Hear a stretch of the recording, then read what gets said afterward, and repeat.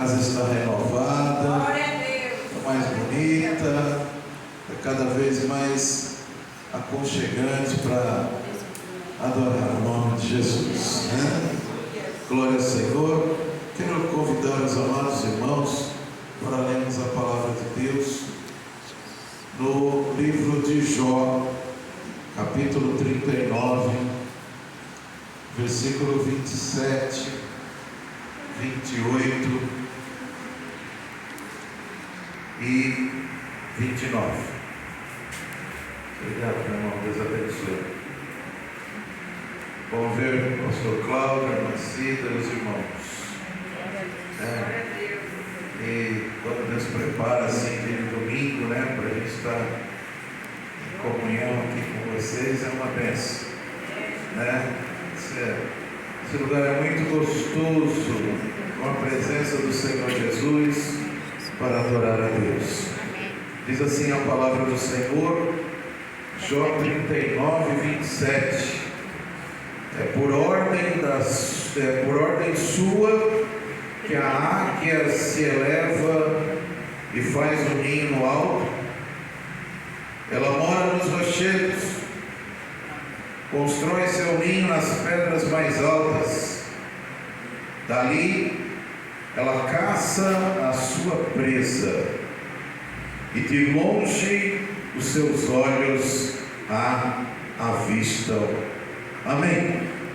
Glória a Deus. Quero ler novamente com os irmãos verso 29, que diz assim: dali, do alto da montanha, do seu ninho nas pedras, a águia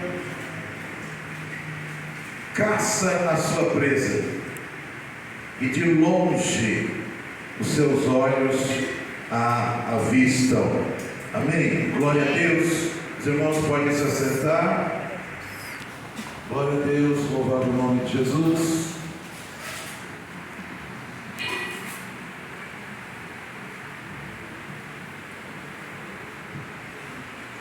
Amados, por que eu li essa passagem bíblica com os irmãos neste momento? Deus falou comigo para falar a respeito da águia nessa noite. Amados, a águia, ela é uma das criaturas feitas pelo Senhor de mais grandeza no reino animal, no mundo das aves. E, amados, a águia, ela tem uma representação para nós, e também na palavra de Deus, de soberania, de força, de renovação, de vigor, de vitória. E, amados, a águia é uma das maiores aves de rapina que existem na natureza. Ela é uma ave caçadora, uma ave imponente. E uma das características da águia é a sua visão. Os irmãos terem ideia, em comparação com o ser humano, quando nós enxergamos algo a uma distância de 200 metros, se a águia focalizar aquele mesmo objeto, aquele mesmo foco, ela consegue enxergá-lo da mesma maneira que nós enxergamos a 200 metros. Ela enxerga o mesmo objeto a 1.200 metros. Se ela estiver a 1 quilômetro e 200 metros, ela enxerga a mesma coisa que nós enxergamos quando está perto aqui. Se estivermos a 1 quilômetro atrás, não vamos conseguir enxergar direito, talvez, com tanto foco, com tanta clareza, talvez o muro da casa ali do vizinho. mas a uma distância de 1,5 km, mais ou menos 1,2 km, a águia enxerga nitidamente aquele mesmo muro e aquele mesmo portão. A águia tem uma capacidade, queridos, de foco. Ela muda o foco da visão. Aquilo que está longe, de repente, ela muda o foco e enxerga perto. É como se fosse um binóculo. A sua visão é muito aguçada, muito apurada. Ela muda o foco. E outro detalhe também é que a águia enxerga no escuro. A águia enxerga até mesmo através da imagem ultravioleta. Ela enxerga com um foco tremendo. Ela tem uma visão muito mais aguçada que a nossa. Ela consegue enxergar ao longe, quando nós enxergamos ao perto. E como ela enxerga ao longe, ela enxerga bem amplo. E uma outra característica que nós lemos aqui é que a águia, ela faz a sua morada, a sua casa, no alto das montanhas, no meio das pedras. Como a minha esposa citou aqui, que Deus disse para Moisés: fica ali no meio, na brecha da penha, no alto das montanhas, na brecha das rochas. Lá é a morada da águia. E quando ela está no seu ninho lá em cima, ela enxerga ao longe, ela enxerga bem além. E ela consegue enxergar uma presa, um roedor, um rato, um passarinho a 1,5 km de distância ou mais. E é interessante, queridos, também a velocidade da águia. Para os irmãos terem ideia, uma águia é uma das maiores águias que existe, a águia real. Se ela estiver lá no alto, a mais ou menos 20.000 metros de altura, é o máximo que ela chega, e assim é bem alto, porque um avião ele voa normalmente a mais de 50.000 metros, e ele chega até 40.000 metros, a águia chega a 20.000 metros, é muito alto. Mas se a águia estiver lá em cima, e ela estiver perto de um lago, ou um mar, ou algum lugar, ela consegue lá de cima avistar um peixe que está dentro d'água. E ela então alça o seu voo, e ela vem uma disparada voando lá de cima até a água para pegar o peixe. E por incrível que pareça, a águia real, nesse mergulho que ela dá lá das alturas para pegar o peixe dentro d'água, ela consegue uma velocidade de mais de 300 km por hora. É um carro de Fórmula 1. 300 a 320 km por hora. Ela vem como um raio, pega o peixe e leva embora. E ninguém vê. É num piscar de olhos. A águia americana, que nós conhecemos muito, pelas fotos, ela já voa com uma velocidade de 150 km por hora nesse mergulho. E num voo normal, a águia consegue chegar até 60 km por hora. É um animal imponente, lindo, maravilhoso. Mas por que venho falar da águia nesta noite? Porque, queridos, o tema da minha pregação é os olhos de águia. E quero levar você agora para o Evangelho de João, no capítulo 1, lá no Novo Testamento. Evangelho de João, capítulo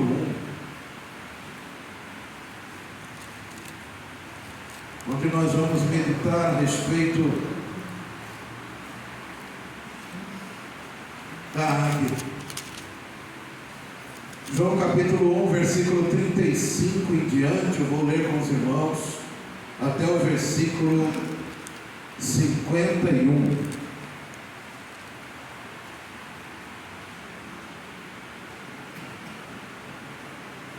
O título dessa leitura é Os Primeiros Discípulos do Senhor. Diz assim no versículo 35 do Evangelho de João: no dia seguinte, João Batista aqui, viu? Estava novamente com 2 de seus discípulos. Quando viu Jesus passar, olhou para ele e declarou: vejam, eis o Cordeiro de Deus, que tira o pecado do mundo. Ao ouvirem isso, os 2 discípulos de João seguiram Jesus. Jesus olhou em volta e viu que o seguiam. O que vocês querem? Perguntou. Eles responderam: Rabi, que significa mestre, onde o Senhor está hospedado? Venham e vejam, disse ele. Eram cerca de 4 horas da tarde quando o acompanharam até o lugar onde Jesus estava hospedado e passaram o resto do dia com ele. André, irmão de Simão Pedro, era um dos que ouviram o que João tinha dito e seguiram a Jesus. André foi procurar o seu irmão Simão e lhe disse: encontramos o Messias, isto é, o Cristo. Então André levou Simão para conhecer Jesus. Preste bem atenção nesse versículo. Então André levou Simão para conhecer Jesus. Olhando para ele, para Simão, Jesus disse: tu és Simão, filho de João, ou filho de Jonas, em outra passagem, outra tradução. Tu és Simão, filho de João, mas você será chamado Pedro. Guarde bem isso. No dia seguinte, Jesus decidiu ir a Galileia, encontrou Filipe e lhe disse: siga-me. Filipe era de Betsaida, cidade natal de André e de Pedro. Filipe foi procurar a Natanael, ou Bartolomeu em outra tradução, e lhe disse: encontramos aquele sobre quem Moisés na lei e os profetas escreveram. Seu nome é Jesus de Nazaré, o filho de José. Nazaré, exclamou Natanael, pode vir alguma coisa boa de Nazaré? Venha e veja você mesmo, respondeu Filipe.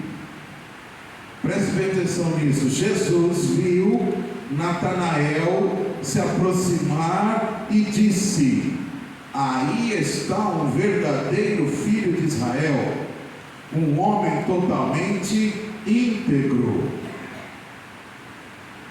Como o Senhor sabe a meu respeito? Perguntou Natanael. Jesus respondeu: eu vi você deitado sob a figueira antes que Filipe o chamasse. Então Natanael exclamou: Rabi, o Senhor é o Filho de Deus, o Rei de Israel. Jesus lhe perguntou: você crê nisso porque eu disse que vi você debaixo da figueira? Você verá coisas maiores que essa. E acrescentou: eu lhes digo a verdade, vocês verão o céu aberto e os anjos de Deus subindo e descendo sobre o Filho do Homem. Amém? Amém, glória a Deus. Porque eu li essa passagem e falei de águia. Não precisa ler agora, depois você lê em casa. Leia o capítulo 1 de Ezequiel. A visão de Ezequiel no rio Quebar. Naquela visão gloriosa, apenas para explanar os irmãos, Ezequiel ele vê a glória de Deus dos céus, e de repente ele vê 4 animais celestes. Eram serafins, se não me engano eram serafins, tinham asas que cobriam os pés, asas que cobriam as mãos e asas que voavam.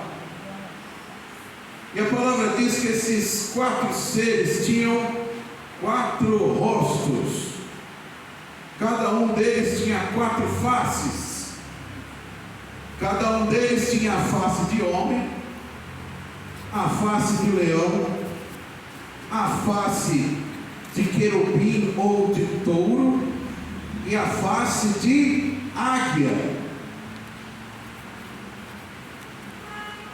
E por que eram 4 seres? E por que 4 rostos? Eu não vou explicar hoje. Outro dia, quando Deus preparar, a gente vem, né, e explica para os irmãos, para ficar aquele, né, um gostinho aí, né? Quando, né? Mas preste bem atenção. Cada rosto daqueles animais representa um evangelho que está aqui na Bíblia. Por exemplo, o rosto de homem representa o evangelho de Lucas, que representa Jesus como o Filho do homem, o Jesus humano que se preocupa com as nossas necessidades, as nossas dores, os nossos dilemas, os nossos sonhos. Ele se preocupa conosco porque Ele sente aquilo que nós sentimos. O rosto de leão representa o Evangelho de Mateus, que representa Jesus como o leão da tribo de Judá, o Rei dos Reis, o Senhor dos Senhores, o Messias prometido a Israel. O rosto de touro representa o Evangelho de Marcos, que revela Jesus como um guerreiro sofredor, aquele que carrega a canga, aquele que carrega os fardos. E o rosto de águia?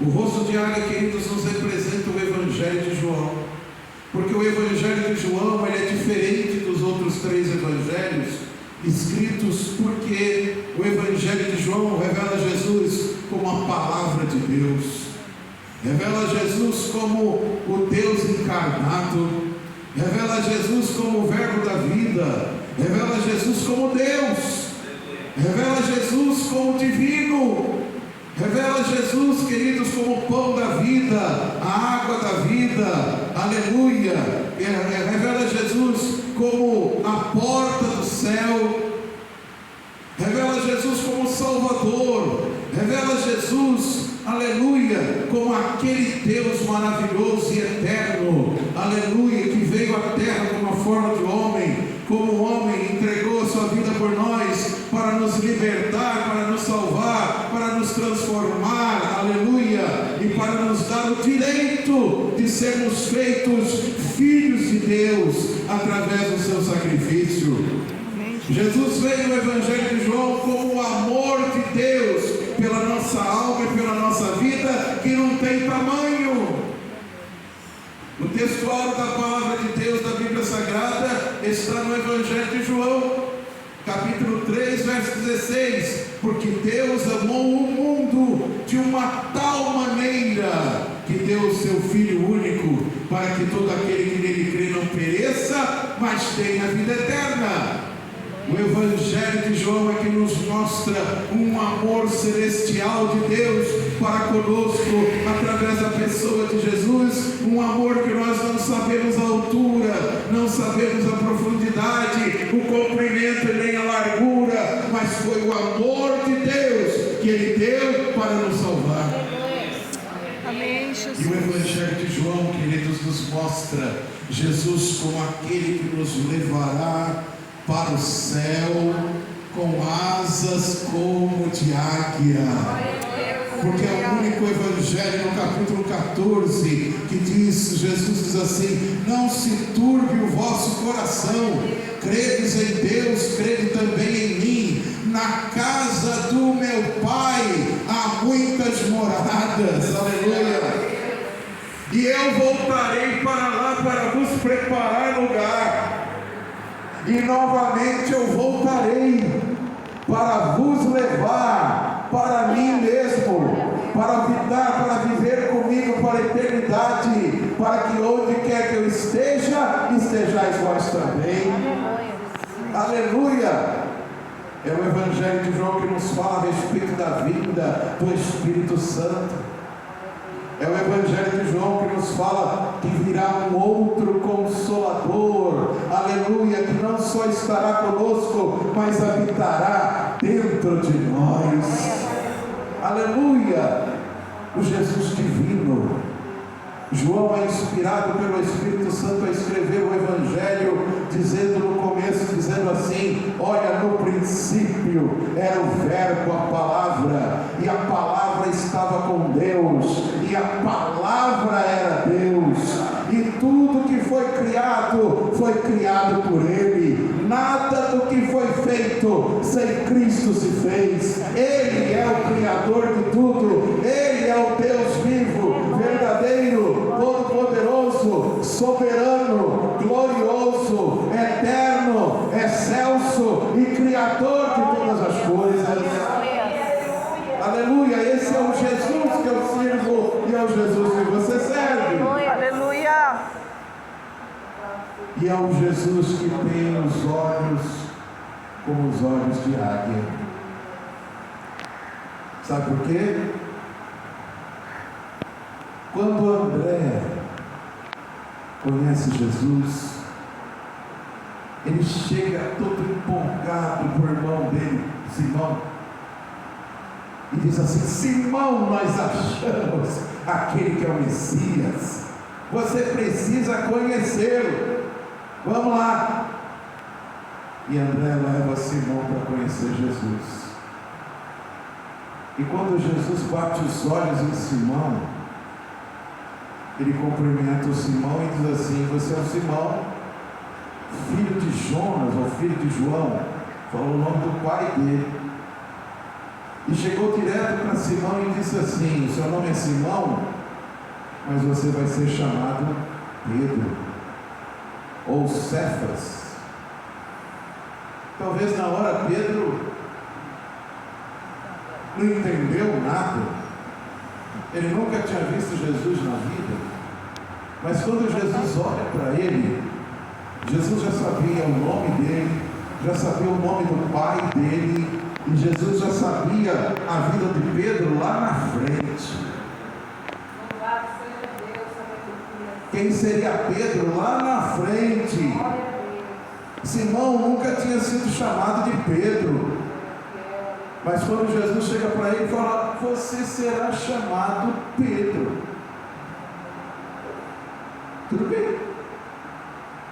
Aí Jesus encontra com um moço chamado Filipe e também o chama para ser seu discípulo. E Filipe tem um amigo chamado Natanael. E Natanael, em outras traduções, chama de Bartolomeu, é a mesma pessoa. E Filipe chega para Natanael e diz a mesma coisa que André disse: nós encontramos o Messias, aquele que está escrito lá nas profecias lá de Moisés, o grande profeta. Nós o encontramos. Quem sabe qual é a pergunta de Natanael? Até meio incrédulo: de onde ele é? Ele é de Nazaré. E ele então disse para Filipe: Nazaré? Nenhum profeta nunca surgiu de Nazaré. Haveria alguma coisa boa que vem de Nazaré? A fama de Nazaré não era muito boa, né? Mas aí Filipe chega para Natanael e diz: bom, venha e vê. E quando eles estão chegando próximo do Senhor Jesus, O Senhor chega para Natanael e diz: eis aí um filho de Israel, legítimo, em quem não há culpa. E Natanael olha para ele e diz assim: como é que você fala isso de mim? Natanael, antes que Felipe te chamasse, eu já tinha te visto na tua casa, sentado debaixo da figueira que você tem lá.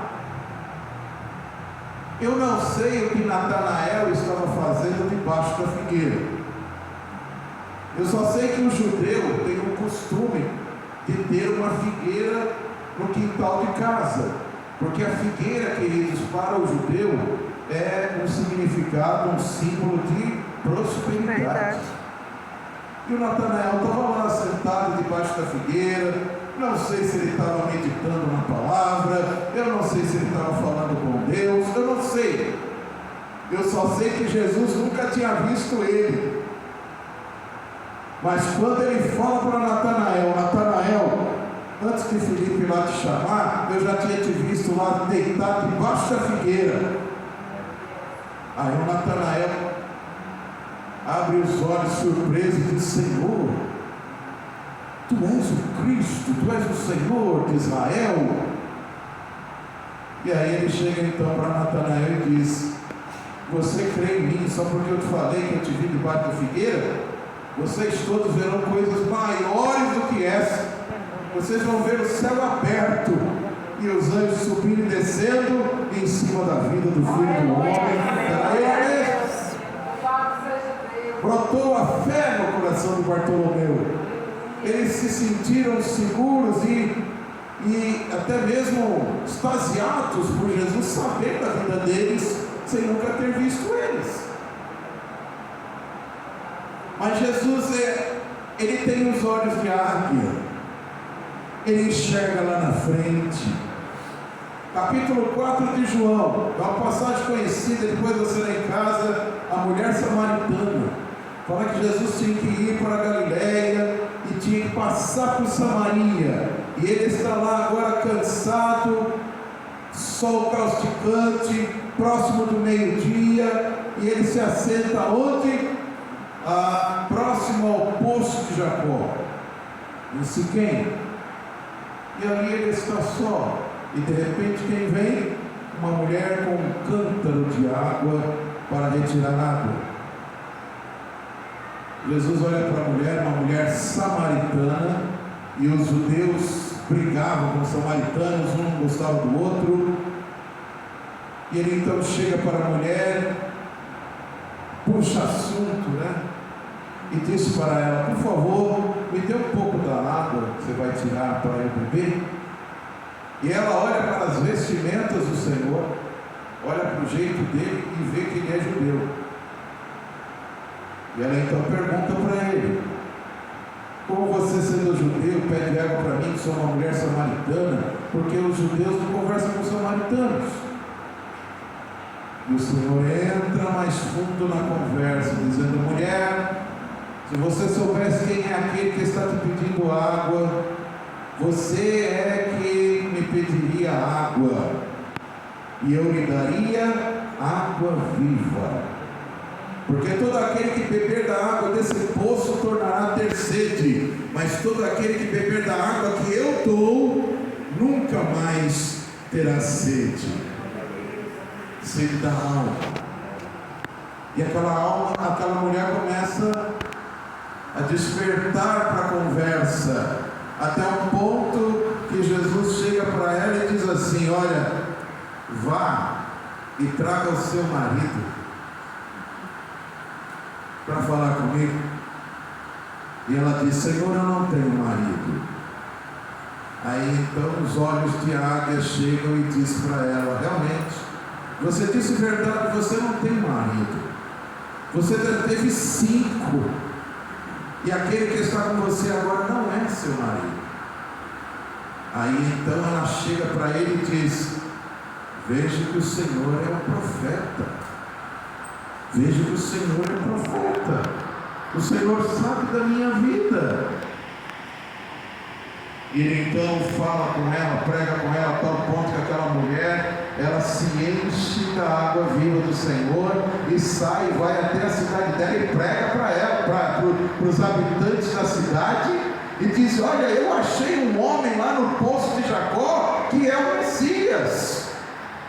E os homens ouvem aquilo e vão atrás do Senhor e levam ele para lá, e ele fica alguns dias com eles, e eles realmente veem que o Senhor é o Messias, e se entregam ao Senhor. Mas Jesus olhou para aquela mulher que ele nunca viu, mas os olhos de Deus, os olhos espirituais do Senhor, como olhos de águia, viram a fundo a vida daquela mulher.